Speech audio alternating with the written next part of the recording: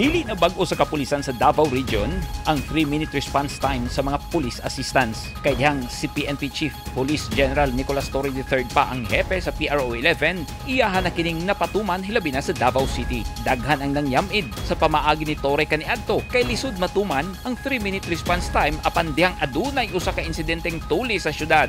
Narespondihan dayon kini sa mga pulis og nadakpan ang suspitsado nga nasulbad sulod sa 3 minutos. Mao nga pahugtan kini sa PRO 11 ug naghimo og mga estratehiya ang mga pulis pinagi sa meeting nga gipangunahan ni Police Brigadier General Leon Victor Rosete. Nag-simulation exercise sa kagahapon o kaganina.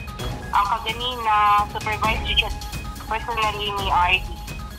Effective man siya, sir, kay naamay yung mga responses na to katong regional director sa gani si Sir Torre nga less than 1 minute. So, bisa katong dili na siya ang regional director. Gipadayon magyapon to ni Police Brigadier General Rosete. Lagi ako yung mga simulation exercises. Pero karon sa paglingkod ni Sir Torre, labi na kag-emphasize yun niya ang quick response diha sa mga community.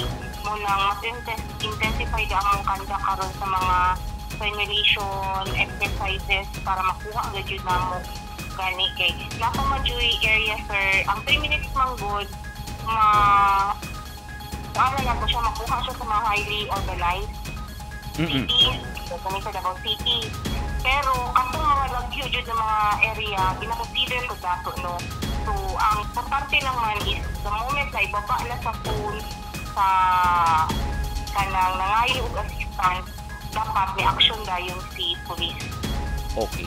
Ma'am, na-mention po dito sa inyong PR nga medyo naglaylo ang badak nato. Kay pa-enhance ba nagbalik? Unsay ipaagi? Gidasig sa PRO 11 ang mga barangay anti-drug abuse councils kung badak na dili maghuyang sa ilang responsibilidad sa kampanya kontra illegal nga droga. During sa mga meeting, naman yung mga problema sa ubang barangay kay dinpod kayo sila yung anak ka-active. Kay ang sa badak magusto din sila magpulis na dagan man pugulaing mga agencies. So sa pagkakaroon na ang kuansin nato labi na kaya nawagabon si PNP na kung inyong kapamilya gusto magpa-rehabilitate, doon kapag mo sa pulis kay tapang mani. So gana dyan din ha ang badak, sir.